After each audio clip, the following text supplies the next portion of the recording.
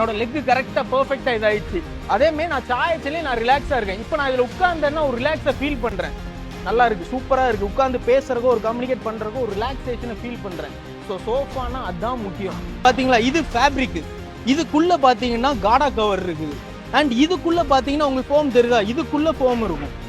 பாத்தீங்களா, இது ஒரு ப்ரொடெக்ஷன் லேயர். இது வந்து ஒரு just for quality. Hi friends, welcome to Tony and Mac. இன்னைக்கு ஒரு கஸ்டமைஸ்டு எல்பெண்ட் சோஃபா கஸ்டமருக்கு மேனுஃபேக்சரிங் பண்ணியிருக்கோம். இதை நம்ம தான் பேக் பண்ணி நம்ம தான் பெர்ஃபெக்டாக கஸ்டமர் வீட்டில் போய் டெலிவரி பண்ண போகிறோம். ஸோ இந்த சோஃபாவை பாருங்க, இது வந்து 10 அடி அகலம், 8 அடி அகலம். ஸோ பார்த்தீங்களா, கஸ்டமைஸ்டு, கஸ்டமர் ஆர்டர் பண்ண இந்த ப்ராடக்ட் தான். ஸோ நம்ம இதை வந்து ஃபுல்லி கஸ்டமைஸ்டாக பெர்ஃபெக்டாக பண்ணியிருக்கோம். ஸோ ஒரு சின்ன விஷயத்துலையுமே நம்ம எங்கேயோ ஒரு இடத்துல வாங்க போகிறோம், அதை எப்படி பார்த்து பெர்ஃபெக்டாக வாங்குறோம் அப்படிங்கிறது ரொம்ப முக்கியம். ஏன்னா நம்ம இன்வெஸ்ட் பண்ணுற மணிக்கு ஒர்த்தாக வாங்கணும், அது ஒன்று தான் முக்கியம். ஸோ அப்போ நான் மட்டும்தான் கொஞ்சம் பார்த்து கவனமாக வாங்கிட்டோம்னா அந்த பொருள் கண்டிப்பாக ஜென்ரேஷன் டு ஜென்ரேஷன் உழைக்கும். ஸோ வாங்க, சின்ன விஷயம் நல்லா நீங்கள் இதை கெயின் பண்ணிக்கிட்டீங்கன்னா இது உங்களுக்கு கண்டிப்பாக ஒரு நாலேஜ்ஃபுல்லாக இருக்கும். 4 இடத்துக்கு போச்சல எப்படி பார்த்து வாங்கணும் அப்படிங்கிறது நல்லா தெரியும். ஸோ வாங்க வீடியோக்குள்ளே போகலாம். நம்ம எந்த இடத்துல சோஃபா வாங்க போனாலும் ஃபர்ஸ்ட் கம்ஃபர்ட் தான் முக்கியம். ஸோ இப்போ நான் அந்த ப்ராடக்ட்டில் உட்கார்றேன், நம்ம ப்ராடக்ட்டில் எனக்கு தை வந்து ஈவனாக ரெஸ்ட் ஆகிட்டு நான் எந்த ஒரு வித்தியாசமான ஆங்கிள் எதுலையுமே உட்காரல. ஒரு நார்மலாக ஒரு சிட்டிங் பொசிஷனில் உட்காரச்சல பார்த்தீங்களா, என்னோட லெக் கரெக்டாக பெர்ஃபெக்டாக இதாயிடுச்சு. அதேமாதிரி நான் சாயச்சிலே நான் ரிலாக்ஸாக இருக்கேன். இப்போ நான் இதில் உட்கார்ந்தேன்னா ஒரு ரிலாக்ஸாக ஃபீல் பண்ணுறேன். நல்லா இருக்கு, சூப்பரா இருக்கு. உட்கார்ந்து பேசுறதுக்கோ ஒரு கம்யூனிகேட் பண்றதுக்கோ ஒரு ரிலாக்ஸேஷனை ஃபீல் பண்றேன்.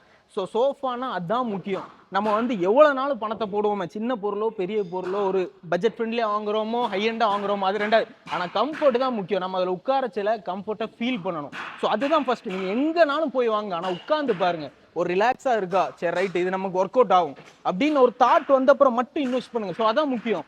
சிலர் வந்து சில டிசைனுக்காண்டி ஒரு யூனிவர்சல் ஸ்டாண்டர்டே மாத்திடுறாங்க.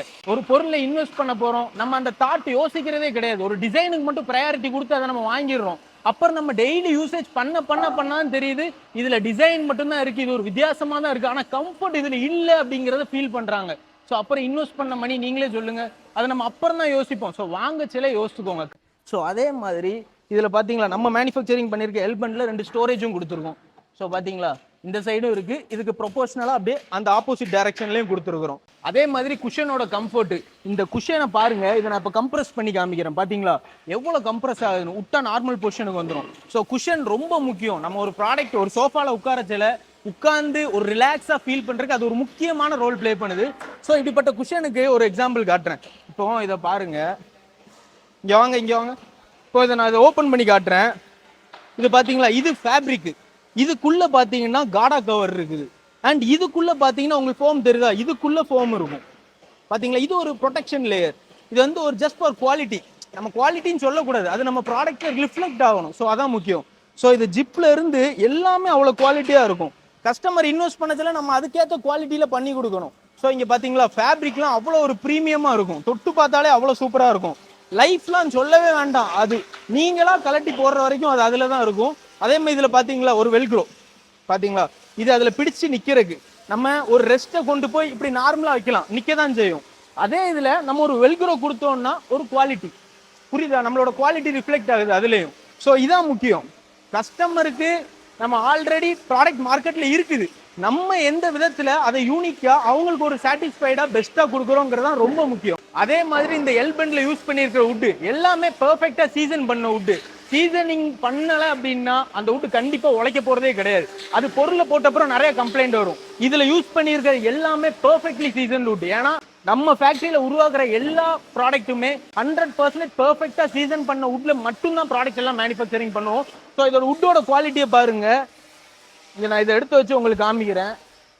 ஸோ பாத்தீங்களா, இது எல்லாமே உள்ள வர்ற ரீப்பர்ஸ் தான். பட் ஆனா அதுல நீங்க இப்படி நேக்கடா பார்க்கறதுல உங்களுக்கு குவாலிட்டி ரிஃப்ளெக்ட் ஆகும்.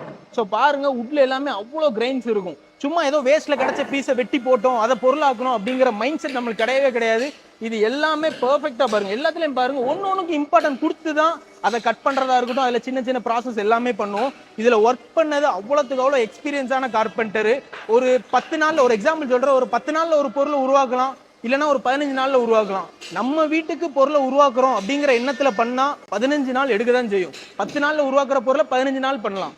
புரியுதா? அது எதுக்கு அப்படின்னா சின்ன இதுல இம்பார்ட்டன்ட் கொடுத்து, ஒரு பசையா இருக்கட்டும், ஒரு ஆணியா இருக்கட்டும், இல்ல மர ஆணியா இருக்கட்டும், ஸ்க்ரூவா இருக்கட்டும், இது எல்லாமே இம்பார்ட்டன்ட் கொடுத்து அதுக்குள்ள டைம் கொடுத்து. இப்ப நம்ம வீட்டுக்கு பண்ணா ஒன்னொன்னு பார்ப்போம்ல, ஒரு கார்னர்லயும் ஒரு விஷயத்துக்கு இம்பார்ட்டன்ட் கொடுப்போம்ல. ஸோ அதே மாதிரி தான் இங்கே அப்படிப்பட்ட கார்பெண்டர் மட்டும்தான் வேலை பார்க்குறாங்க. அப்படிப்பட்ட மைண்ட் செட்டு தான் அவங்களுக்கு முக்கியம். புரியுது? அப்படி இருந்தால் நம்ம பிராண்ட் ஆட்டோமேட்டிக்காக க்ரோத் ஆகும். ஸோ அப்படிப்பட்ட கார்பெண்டர் இதில் வேலை பார்த்துருக்குறாங்க. ஸோ பாருங்க, வேலையை பொறுத்தவரை எதுலையுமே குறை இருக்காது. ஒரு ஜாயிண்ட் எல்லாம் பாருங்க அவ்வளோ நீட்டாக இருக்கும். இங்கே கீழே பாருங்க, ஒரு ஜாயிண்ட்டை பார்க்க எல்லாமே அவ்வளோ பெர்ஃபெக்டாக இருக்கும். டீ குட் செலெக்ஷனுக்குமே அவ்வளோ முக்கியத்துவம் கொடுப்போம். ஏன்னா ஒரு சின்ன டிஃபெக்ட் இருந்தாலும் அதை கழிச்சிட்டு நல்லது எது நல்லதோ அதை கரெக்டாக பார்த்து சூஸ் பண்ணி மட்டும்தான் அந்த பொருளை யூஸ் பண்ணுவோம்.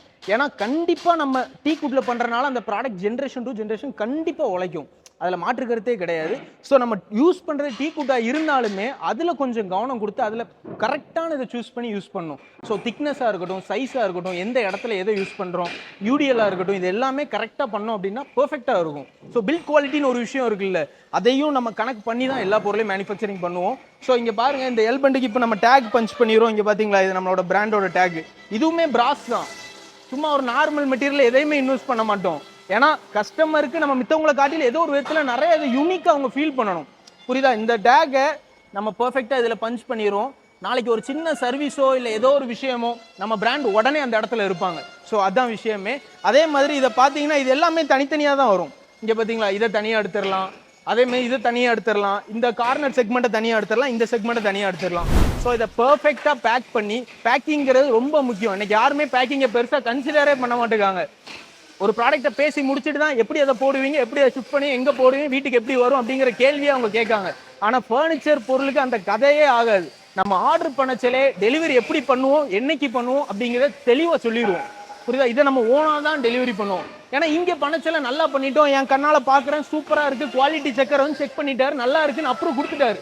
பட் ஆனால் டிரான்ஸ்போர்ட்டில் எதுவும் டேமேஜ் ஆயிடுச்சு அப்படின்னா அங்கே போய் ஒரு டிங்கரிங் பார்க்குறது, பட்டி பார்க்குறது, இதெல்லாம் கஸ்டமர் கண்ணை துடைக்கிற வேலை. புரியுதா? இதை நான் லாரியில போட்டேன்னா யார் எடுப்பா, அங்கே போய் யார் தூக்கி கஸ்டமர் வீட்டில் மேலே கொண்டு போ, அது இதுன்னு ஏகப்பட்ட வேலை இருக்குது. ஸோ இதை நாங்கள் தான் டெலிவரி பண்ணுவோம். நம்ம ஸ்டாஃப்ஸ் வந்து பர்ஃபெக்டாக பண்ணி கஸ்டமர் சாட்டிஸ்ஃபை ஆனப்புறம் மட்டும்தான் வெளில வருவாங்க. ஸோ டெலிவரிங்கிறது ரொம்ப முக்கியம். நம்ம மினிமலாக தான் டெலிவரிக்கு சார்ஜ் பண்ணுவோம். ரொம்ப பேர்டனாக இருக்குது டெலிவரியை பொறுத்தவரை. இப்போ நம்ம ராமநாதபுரத்தில் இருக்கோம், சென்னையில் இருக்காங்க அப்படின்னா ஒரு 2500 அவ்வளோதான், மினிமலாக தான் சார்ஜ் பண்ணுவோம். ஏன்னா கம்பைன்லோட அனுப்புவோம். ஸோ அதான் முக்கியம். ஒரு ப்ராடக்ட் வாங்கச்சல நிறைய பார்த்து வாங்க வேண்டிய விஷயம் நிறைய இருக்குது. ஸோ இது எல்லாமே தெளிவாக பார்த்து ஒரு தடவைக்கு 2 தடவை யோசித்து நம்ம வாங்குறது ஒரிஜினல் டீ கூட்டா, அந்த டீ கூட்டை நல்லா சீசனிங் பண்ணியிருப்பாங்களா, உட்கார்ந்து பார்க்கறதுல கம்ஃபர்ட் நல்லா இருக்குதா, அதே மாதிரி இதை எப்படி டெலிவரி பண்ண போறாங்க, இந்த பிராண்டோட ரெப்புடேஷன் எப்படி இருக்கு, நாளைக்கு ஒரு சர்வீஸ்னா எப்படி வந்து பார்த்து கொடுக்க போறாங்க, இது எல்லாமே இருக்குது. இது எல்லாத்தையும் தெரிஞ்சு தெளிவாக ஒரு 4 பேர்ட்ட கேட்டு இன்வெஸ்ட் பண்ணுங்க. ஸோ நீங்கள் இன்வெஸ்ட் பண்ணிட்டீங்கன்னா ஒரிஜினல் ப்ராடக்ட்டை வாங்கலாம். அந்த ப்ராடக்ட் கண்டிப்பாக ஜென்ரேஷன் டு ஜென்ரேஷன் உழைக்கும். அதில் மாற்று கருத்தே கிடையாது. ஸோ நீங்கள் ஃபர்னிச்சர் வாங்க போகிறீங்க, இது சம்மந்தமாக எந்த ஒரு டவுட் இருந்தாலும் எங்கிட்ட தாராளமாக கேளுங்க. தமிழ்நாட்டில் நாங்கள் மட்டும்தான் பெஸ்ட்டாக பண்ணுறோன்னு சொல்லலை, நம்மளை மாதிரி பெஸ்ட்டாக பண்ணுறதுக்கு நிறைய பேர் இருக்காங்க. நம்ம ஷோரூம் மதுரையில் லொக்கேட் ஆயிருக்கு. ஜஸ்ட் ஒன்ஸ் வந்து விசிட் பண்ணி பாருங்க.